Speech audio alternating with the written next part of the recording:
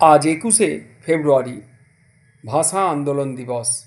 আমি একটি কবিতা পাঠ করে শোনাচ্ছি, আপনারা শুনতে থাকুন। ২১-এর কবিতা আল মাহমুদের লেখা। ফেব্রুয়ারির ২১ তারিখ, দুপুরবেলায় অক্ত, বৃষ্টি নামে, বৃষ্টি কোথায় বরকতের রক্ত। হাজার যুগের সূর্য তাপে জ্বলবে এমন লাল যে, শৈলহিতেই লাল হয়েছে কৃষ্ণচূড়ার ভাল যে। প্রভাত ফেরির মিছিল যাবে, ছড়াও ফুলের বন্যা, বিষাদ গীতি গাইছে পথে তিতুমিরের কন্যা। চিনতে নাকি সোনার ছেলে, ক্ষুদিরামের চিনতে, রুদ্ধশ্বাসে প্রাণ দিল যে মুক্ত বাতাস কিনতে।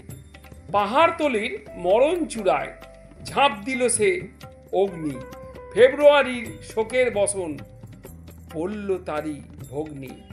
প্রভাত ফেরি, প্রভাত ফেরি, আমায় নেবে সঙ্গে, বাংলা আমার বচন, আমি জন্মেছি এই বঙ্গে। নমস্কার। আশা করি আপনাদের ভালো লেগেছে। ভালো লাগলে অবশ্যই লাইক, শেয়ার, কমেন্টস করতে ভুলবেন না।